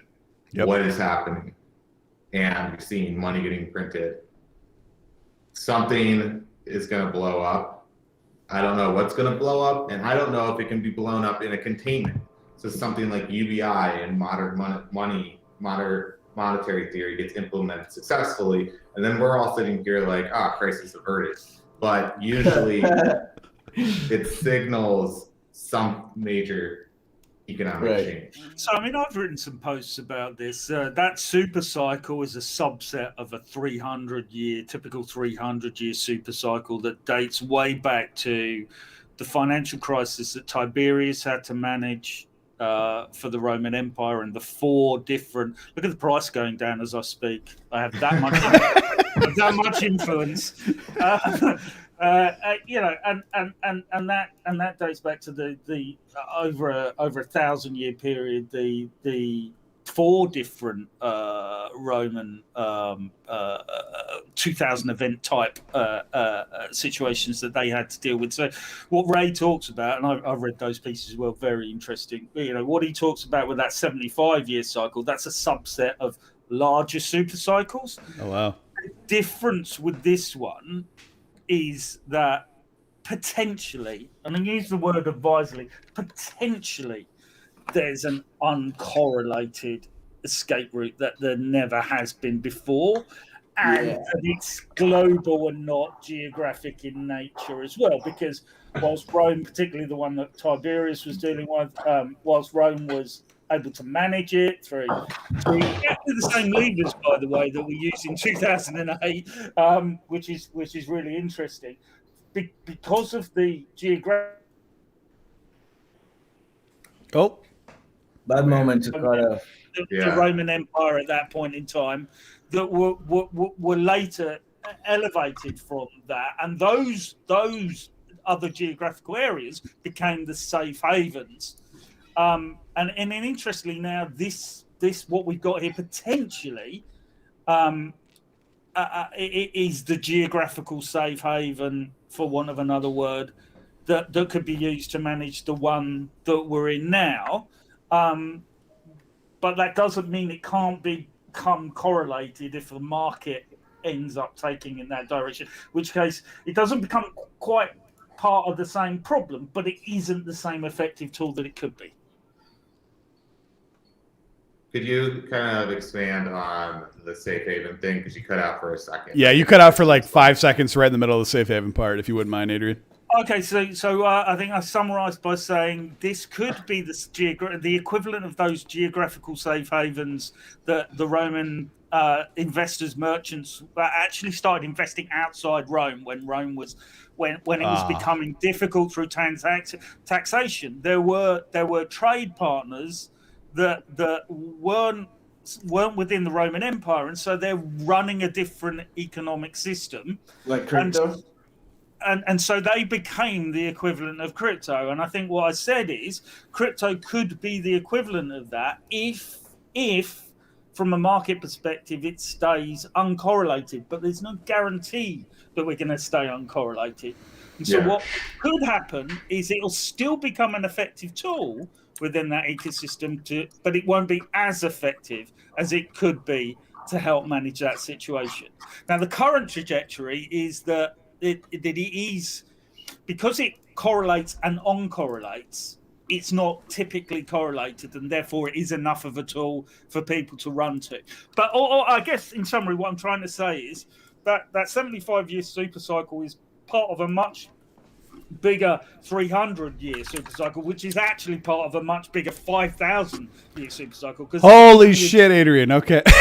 Even the Egyptians before the Romans. So I'm trying to think what it was. I'm trying to think who it was. But there was out of Memphis, not in the US, but out of Memphis in Egypt at the time, there was such a collection of gold, amassing of gold by a particular, I don't think he's a pharaoh at that point in time, because I don't think the concept has kicked in, but he basically went on these massive pilgrimages across his empire, giving gold away to the point that he gave so much away that he devalued the economies within those. He had so much of an influence that he devalued. Exactly. So without wanting to kind of go too much more detail, we are these subset kind of tools and managements and levers that we've got are only subsets of a wider thing that's been going on forever since we decided I've got a token that represents value and I want that thing, right? We have had all those levers and everything else to manage since that point in time. That's cool. I'll take a look at those other super cycles, because it sounds kind of like foo-foo astrology, but it also kind of, I believe in like feedback loops and like small things that have complex effects, like downstream effects. Like, well, look, what you need to look at is, as much as Ray talks about what he knows within that 100-year cycle of finance that he knows, just look back. Start with exactly the same issues that Rome had to deal with over 4 cycles. Exactly the same issues. Start with that, and then when you dive down the rabbit hole and you go, okay, so is Rome the first time that anyone had to deal with it? Oh no, the Egyptians had the same issue as well, right? That's the path to follow, and then it really opens up your mind to really understand that we have got something noticeably different this time. They've never had anything quite like this to solve the problem, and that's when it gets exciting. I see what you're saying. Yeah. It actually solves a problem that, because it's all different economic systems, and you could also say the same for like democratic systems. Other than money, we've been trying a lot of different democratic styles, communism, monarchy, and then democracy, air quotes, in the past like 200 years, and crypto enables like different types of organizations of humans that solve the underlying issues that have us so stressed right now. Yeah, I think there is something like it streamlines and like I really like the idea of direct democracy because usually that prevents like an enclave of government that uses the power it has to make sure that it stays elected. If there's direct democracy and there's something preventing that, and that's the sole purpose of it, I think then it can be helpful. And with crypto, yeah, it's all open, it's all automatic, it's all digital. So it's not really a question. So currency is always the thing that's prevented that power to happen. So we've always desired that. But currency, not money, but currency has always been. So the control of currency has always established, dating back to when I've just talked about, has always established that power and whether that power is going to be relinquished or not, or bought and sold or whatever. And what we've got now is money in a trustless form. That's the thing that, so agreeing with this, Stuart, that's the thing that could break what we've because it's the willingness, because the Roman Empire failed when people stopped wanting to accept Roman coins. And the same thing happens in crypto when people stop asking for Tether and DAI and dollars, and they start telling you like, pay me in Ether, pay me in Tau. They are basically saying that they are not, they want to be rewarded in a different system that, they can bridge to and go back to the traditional one, but they prefer to exist in this other alternative. Yeah. That's the goal of like whatever you're doing. Because like you said, I mean, people still need to buy food. And I remember back in the day, there was like, I don't know if it was Vice or something, did like, I'm going to live off of only Bitcoin in the real world. And you still need dollars, Right. But how much of that can you replicate in an environment and do it better than the environment that's currently opaque, I think is the goal. Real quickly, just on the path, while I'm thinking about it, and I'm thinking about it because Jeff's wearing a shirt that says Toronto, and I know that you have a Canadian flag. There it is. Is that the Leafs? Is that the Leafs? Sure is. There you go. All right, I'm a Wings guy, but that's all right. Original 6, we can stay together. I won't hold it against you. Yeah, we're fine. But you actually have a Bitcoin ETF in Canada, and I haven't heard anything about it since it happened. Like, what's going on there? Is that like widespread adoption? Do people not really give a shit? Like, what's going on there? Maybe you shook your head like maybe not really, Jared. Like, what am I all wet on this? This isn't stuff I usually follow. Yeah. Traditional markets and stuff like that, and I'm not big into trading. But I do have a buddy down the street who bought one, or he bought into it. Yeah. As far as I know, he still lives there, and his cars are all the same. So I don't know the trajectory it's on. What a great answer. That's a brilliant answer. That's about all I can tell you about it. That's tremendous.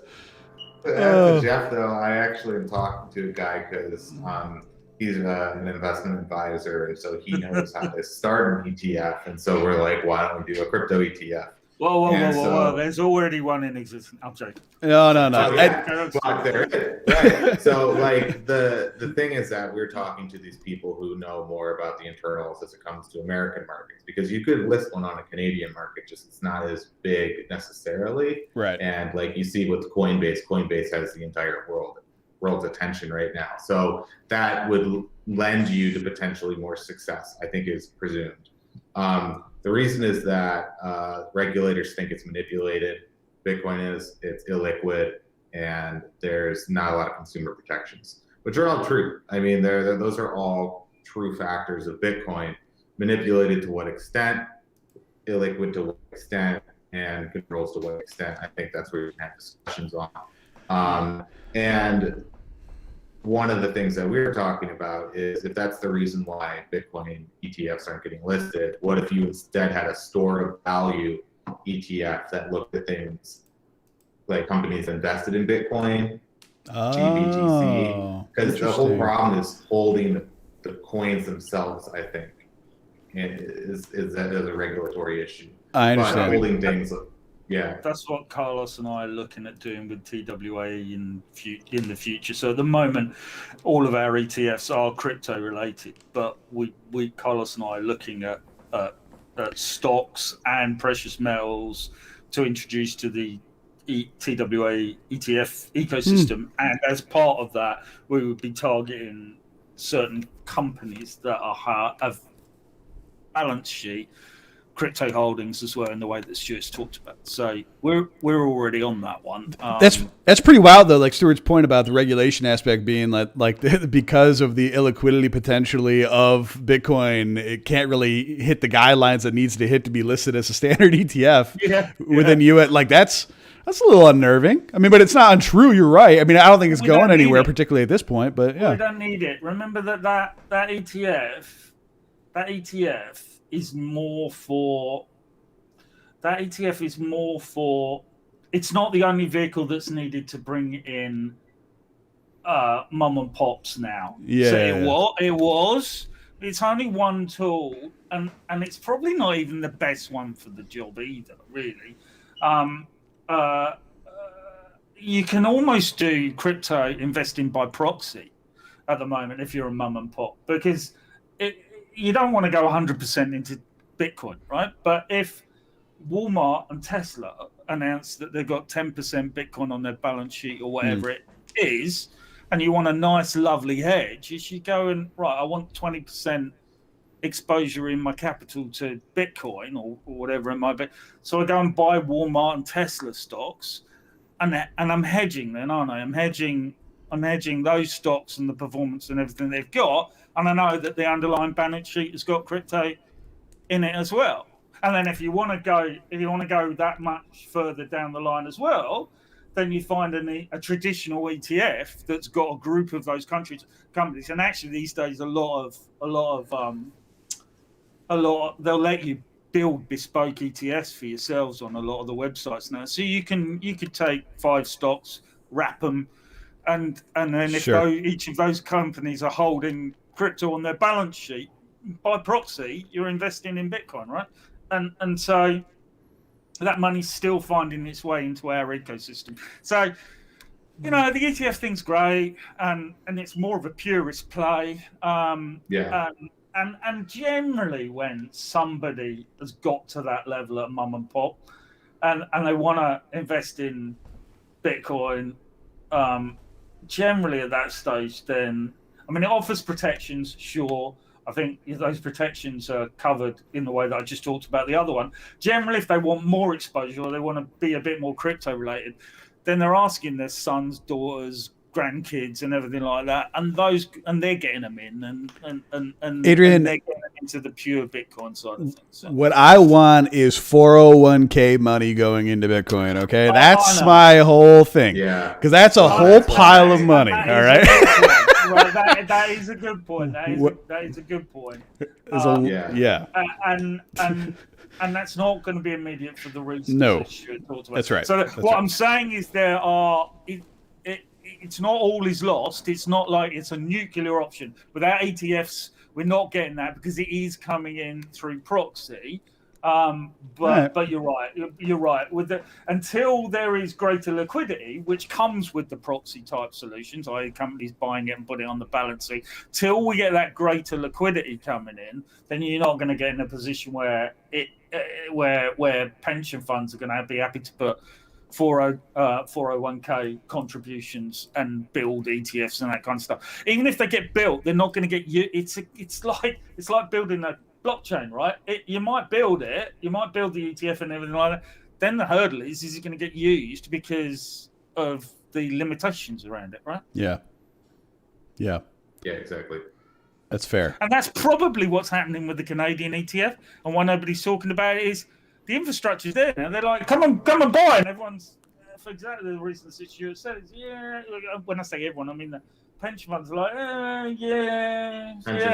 Pensions won't, yeah. There's a few limitations still in that. We Interesting. will, but Yeah. so we need those institutional pioneers to make it that much more liquid again, more than retail can do on its own. That much more liquid again, right? By just printing money, taking printed money and throwing it on a scale that will outweigh what we can do.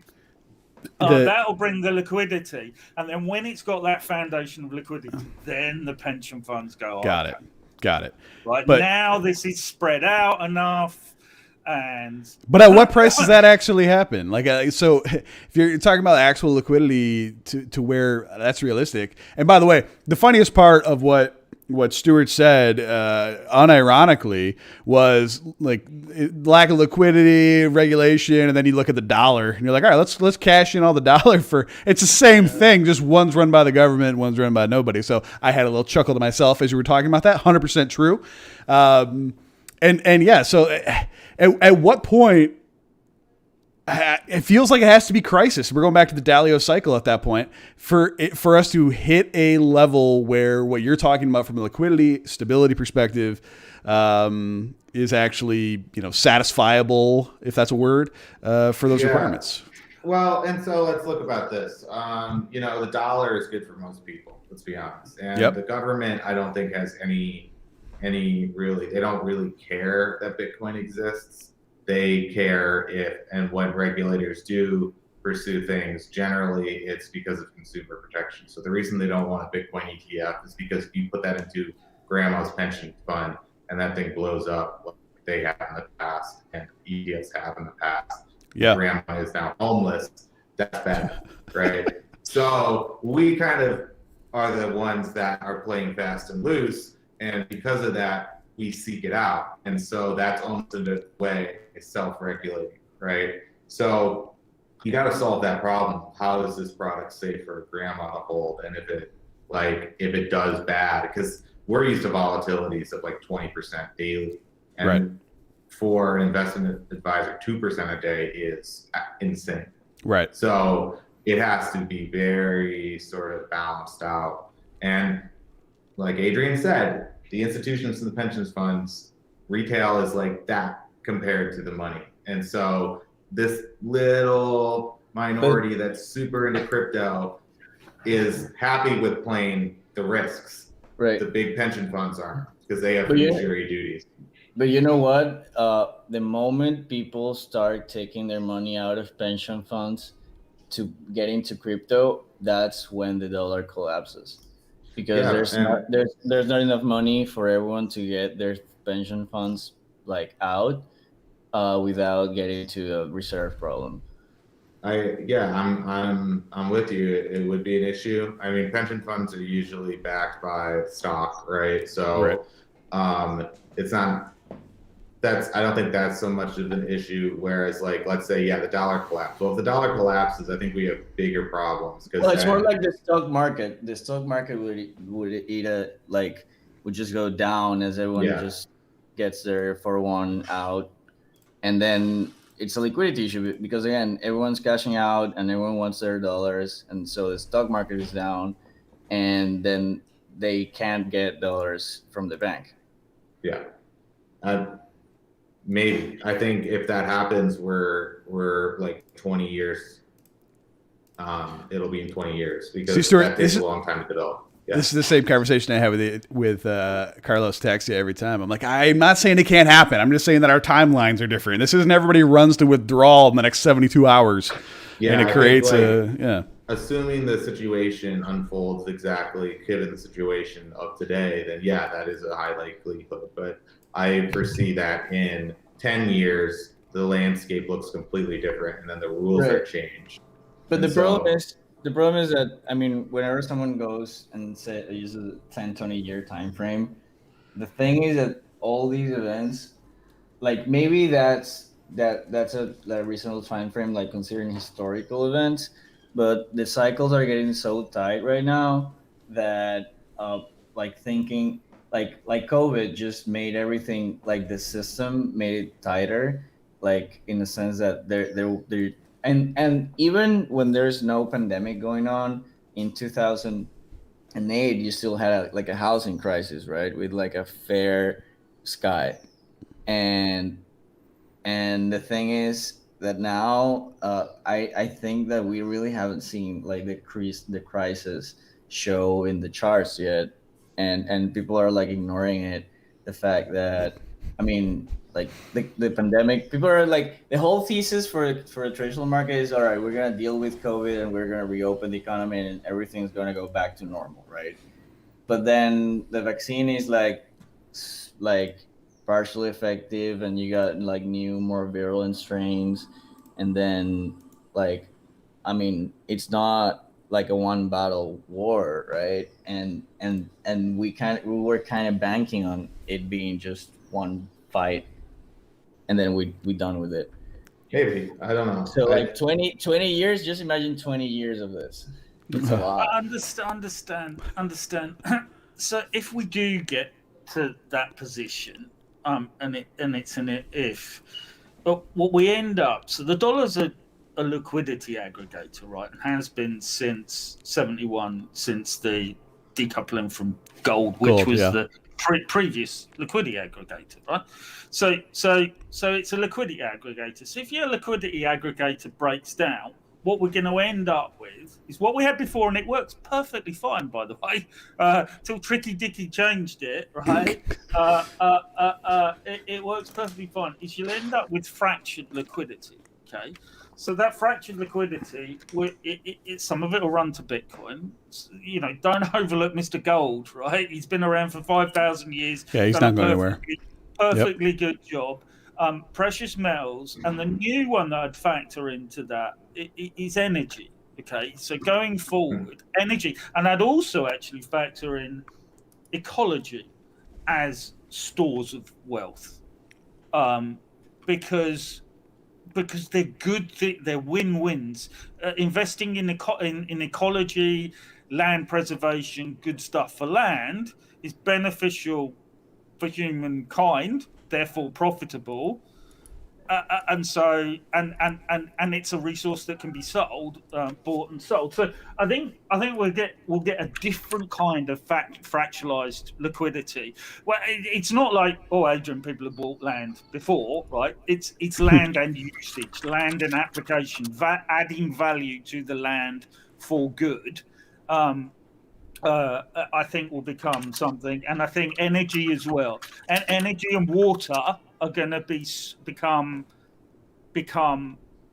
you know, as we get population growth, as we get more urbanization, those are going to become ecosystems in themselves, not just commodities within a commodity structure, actually liquidity centers in their own right, because they become that big. So what we'll end up with is fractionalized liquidity. So it's not all like throw your hands up in the air when the fiat crisis comes. It won't be one big bang. It never has been. I've explained going back. It never has been in the past. What you get is a drift from one. You get a drift from liquidity in one area to another area. It ties back to what very beginning, what we talked about in our conversation, is that value is created elsewhere, and therefore liquidity drifts to it. So if you create value centers in energy, or gold becomes more valuable again in its own right because of it's a store of value and is better than the fiat that's now not the flavor of the month, the dollar, as is no longer the liquidity aggregator of choice. And you've got other sexy things as well, like water or energy, or those kind of things. And by the way, they don't have to be under centralized ownership anymore, those things. So we don't have to worry about where only the rich can pay for the water or anything like that. Yeah. So, but that's the other thing, Adrian, that, I mean, even those things you're talking about, they are starting to get put on the blockchain.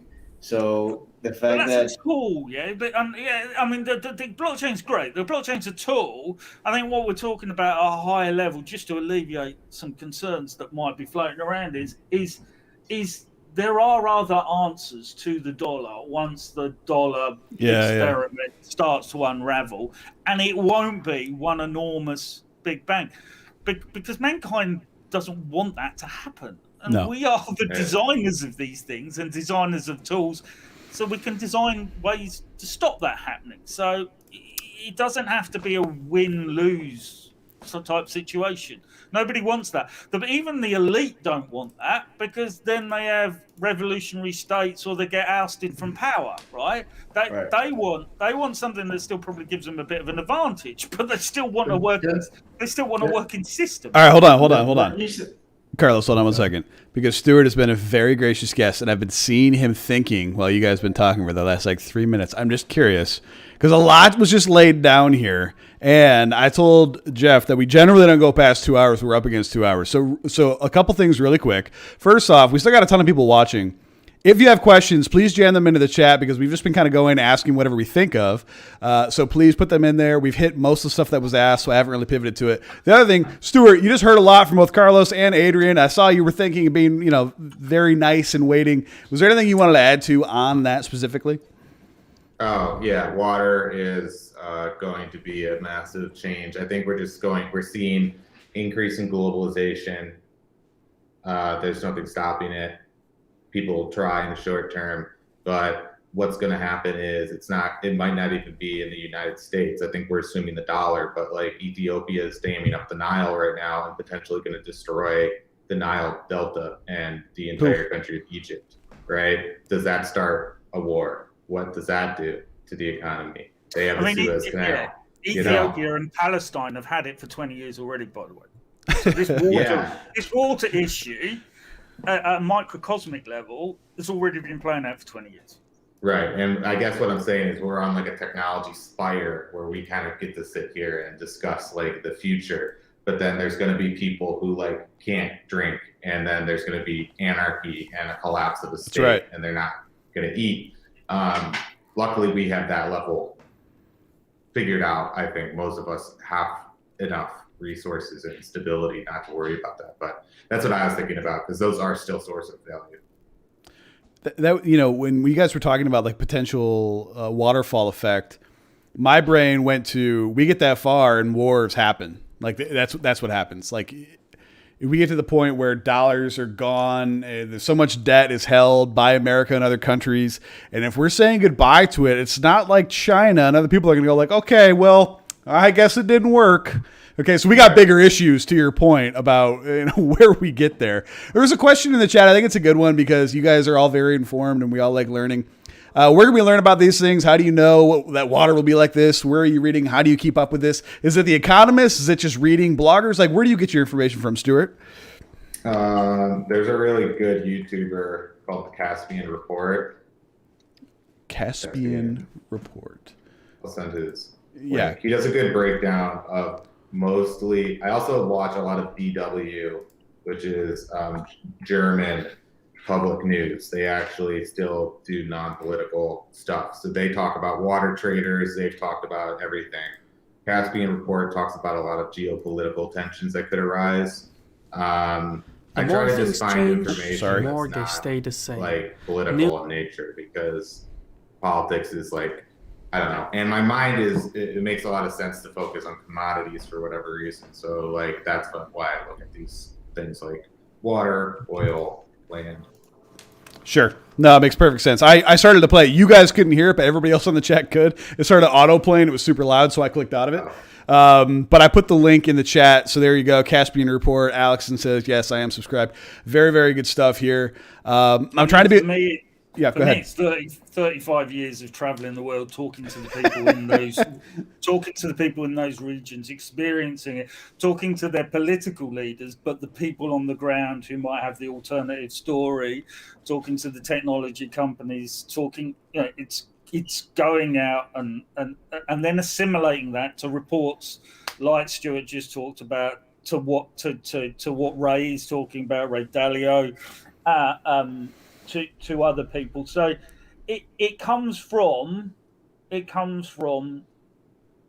going out and collecting and assimilating a view on that information and testing it with what everybody else's view, and it'll come with time. I don't know how far you are in your cycle of life and finance and economy and ecological understanding. You're in the right kind of places here, listening to these kind of things, and it comes with just time and absorbing, and Yeah. it's never static. It's never static. Over a 10-year period, the answers, the solutions, the challenges, they're all different.